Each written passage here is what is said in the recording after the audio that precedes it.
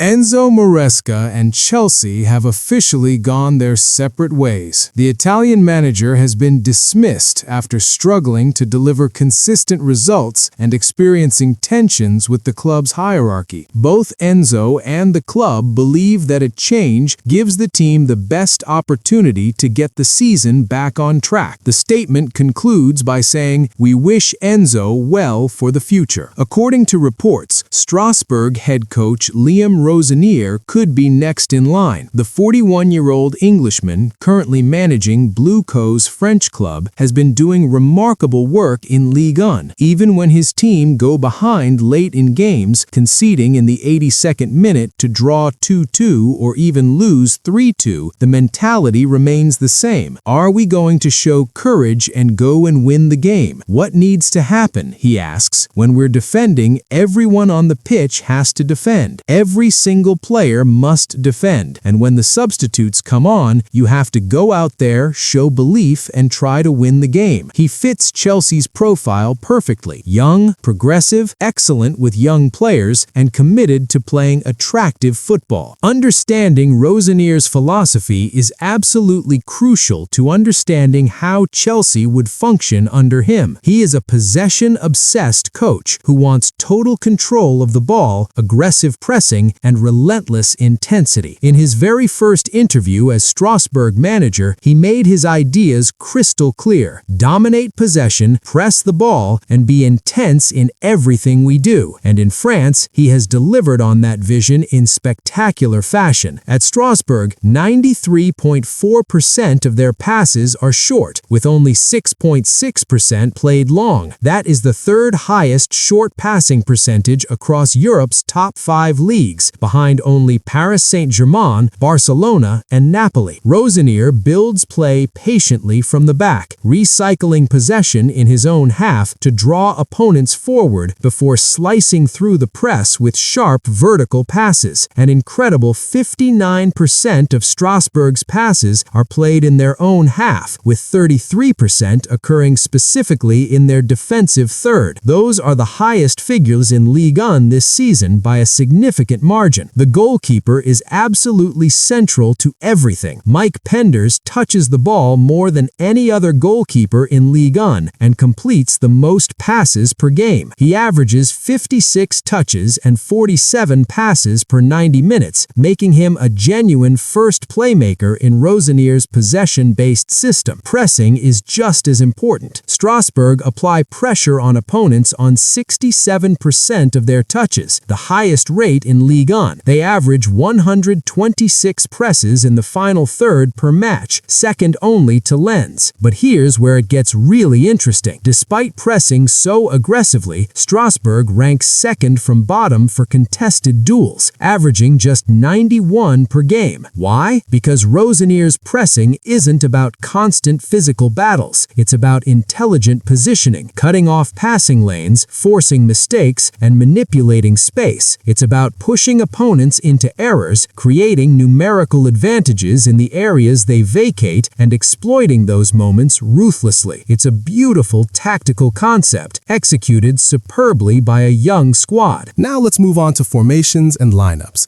because this is where things get really interesting and where Rosenier's tactical intelligence truly stands out. On paper, Rosenior is flexible, but his principles and philosophy remain remarkably consistent. Throughout the season, he's used formations such as the 3-4-2-1, 3-4-3, 4-4-1-1, and 4-3-3. However, his most frequently used system has been the 3-4-2-1, which he has deployed in 28 matches for Strasbourg this season. But, and this is absolutely crucial to understand, with Rosenior, the starting formation is almost irrelevant. What matters is how the team transforms in possession and the tactical principles behind it. Strasbourg line up in a 3-4-2-1 on paper, but once they have the ball, they morph into a 3-2-5 shape. This is the same structure popularized by Pep Guardiola at Manchester City. 3 center-backs stay deeper, 2 defensive midfielders form a double pivot. Ahead of them, 5 players push high. The wing-backs hold width to stretch the opposition. The 2 number 10s drift inside to create a box midfield alongside the pivot, and the striker leads the line. This 3-2-5 structure creates numerical superiority at every stage of the build-up and allows Strasbourg to consistently play through through pressure. From goal kicks, Rosenior tweaks the shape again. The team shifts into a 4-2-2-2 structure. 4 defenders across the back, a double pivot in midfield, and 2 players positioned high and wide near the halfway line, ready to receive and break forward. This setup is designed to bait the press, invite pressure, and then exploit it using intelligent movement and third-man combinations. Once the first line of pressure is beaten, Strasbourg increase the tempo and take more risks. They rank 3rd in Ligue 1 for counterattacks this season with 32 and have scored 5 goals from direct attacks, second only to Lens. This blend of patient build-up play and explosive transitions makes them extremely difficult to predict. They can suffocate opponents with possession or strike quickly when space opens up. So, how would this translate to Chelsea? Let me walk you through a potential Chelsea lineup under Liam Rosenior in his preferred 3-4-2-1 system. In goal, there's no doubt it would be Robert Sanchez. He's comfortable with the ball at his feet, capable of playing short passes under pressure, and has the technical ability to operate as Rosenior's first playmaker. He would be heavily involved in build-up, constantly receiving from defenders and initiating attacks with his distribution. The back 3 would consist of Wesley Fofana on the right, Trevoh Chalobah centrally, and Levi Colwill on the left. These 3 fit Rosenior's requirements perfectly. He needs center-backs who are comfortable in possession, capable of stepping into midfield with the ball, and able to switch play with long diagonal passes when needed. Fofana offers recovery pace, Chalobah brings physical presence and solid passing, and Colwill provides composure and balance with his left foot. All 3 are capable of inverting into midfield during build-up to create overloads. The wingbacks are absolutely vital in Rosenior's system. On the right, it would be Reece James. On the left, Marc Cucurella. Both operate high and wide, stretching the opposition's defensive line. James can overlap, deliver quality crosses, and create 2-versus-1 situations with the right-sided number 10. Cucurella offers relentless energy, constant overlapping runs, and defensive recovery when required. These are not inverted wingbacks. They are traditional wide wingbacks who hug the touchline, allowing the number 10s to drift inside, which is a key component of Rosenior's 3-2-5 structure. The double pivot is where things become particularly interesting. The deepest midfielder, the anchor, would unquestionably be Moises Caicedo. He is perfectly suited for this role. He can receive under pressure, turn smoothly, progress the ball forward, and provide defensive security. His technical ability, positional discipline, and work rate make him ideal for Rosenior's system. Alongside him would be Enzo Fernandez, the more progressive of the two. Enzo can drop deep to collect the ball, distribute across the pitch, and step forward to support attacks when needed. Together, Caicedo and Enzo form the foundation of the team, creating numerical superiority in build-up, recycling possession, and launching transitions. Now, let's talk about the 2 number 10s. This is where Rosenior's system truly becomes magical. The number 10s drift inside from wide positions to form a box midfield alongside the double pivot. They're not traditional wingers. Rather, they're inside forwards or attacking midfielders operating in half spaces. The right-sided number 10 will be Cole Palmer. Palmer is ideal for this role. He can receive the ball in tight spaces, link with teammates, create chances, and score goals. He drifts inside from the right, connects with Caicedo and Enzo Fernandez, and generates central overloads. On the left, the number 10 will be Estevan William. Estevan is technically gifted, comfortable in confined spaces, and excels in quick combinations. He drifts inside from the left, links with the midfield pivot, and creates chances for the striker. Both Palmer and Estevan constantly interchange positions, sometimes dropping deep to receive or pushing high to support the striker, depending on the state of the game. Leading the line will be Pedro. Pedro has the pace to run behind defenses, the work rate to press from the front, and the technical ability to hold up play when needed. In Rosenior's system, the striker must be mobile, willing to drop deep to link play, and able to run channels when the wingbacks overlap. Pedro fits this perfectly. He leads the press, stretches defensive lines with his runs, and finishes the chances created by Palmer and Estevan's creativity. Alternative striker options include Liam Delap, who can also fulfill this role with his movement and finishing skills. So, the full Chelsea lineup under Liam Rosenior in a 3-4-2-1 formation would look like this. Sanchez in goal, a back 3 of Fofana, Chalobah, and Tosin, wingbacks James and Cucurella providing width, a double pivot of Caicedo and Enzo Fernandez controlling midfield, Palmer and Estevan William drifting inside as number 10s, and Pedro leading the line. In possession, this transforms into a 3-2-5 shape, with James and Cucurella pushing high, Palmer and Estevan creating central overloads, and Pedro Pedro stretching the backline. It's a fluid, dynamic, possession-based system designed to maximize Chelsea's technical strengths. How good could this Chelsea be? Potentially very strong. The squad has the technical quality to execute this system. Young, hungry players with the athleticism to press for 90 minutes, Sanchez involved in build-up, center-backs stepping into midfield, wing-backs providing width, Caicedo and Enzo controlling games, and Palmer and Estevan producing magic. However, challenges exist. Rosenier's system demands exceptional tactical discipline. A high defensive line is vulnerable to pace. The possession-based approach requires patience. Young players sometimes lack consistency, and the pressing intensity demands top-level fitness throughout a full season. Comment below, can Liam Rosenior succeed at Chelsea? Does this system excite you? Which players would thrive in it? Like, subscribe, and see you in the next video.